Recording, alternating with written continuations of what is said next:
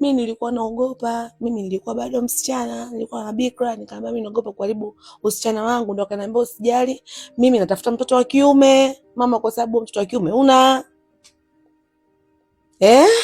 nataka ushahidi, maana mambo sasa hivi kwa ushahidi. Nataka ushahidi ni kitu gani ambacho yani labda mnawasiliana mna nini? Akaniambia baba hajawahi hataki tutumiane message. Katika vitu hataki ni message. Kwa hivyo mimi sina message yoyote.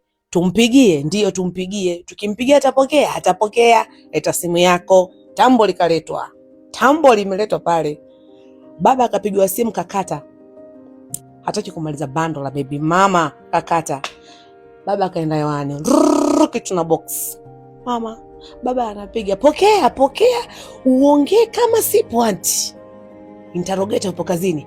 Ongea kama sipo. Kama vile mnavyokuwa mnafishaga mambo yenu, ndio uongee kama vile haunioni.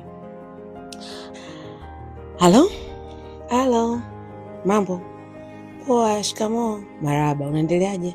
Niko vizuri. Umetapika kama jana? Hapana, sijatapika kama jana. Dawa ilikusaidia?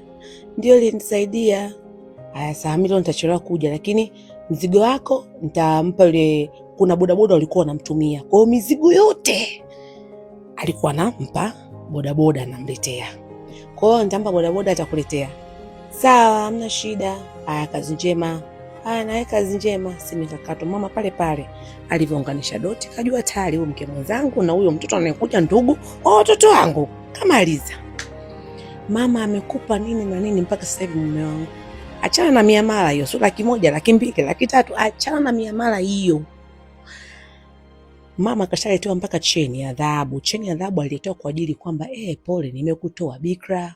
Baba alileta cheni ya dhahabu. Iko mama kaletewa cheni pale, mama sina cha kukwambia, sijui gramu ngapi. Ananiambia Vivi, nilichoka. Yule baba kuna kipindi alikuwa nikimtuma dada hata dukani anafura, yani kama vile chura. Kwa nini unamtuma mtoto watu dukani? Kumbe ndugu yangu sio mtoto wa watu, mke wa pili, mke mdogo sio ndo mtamu.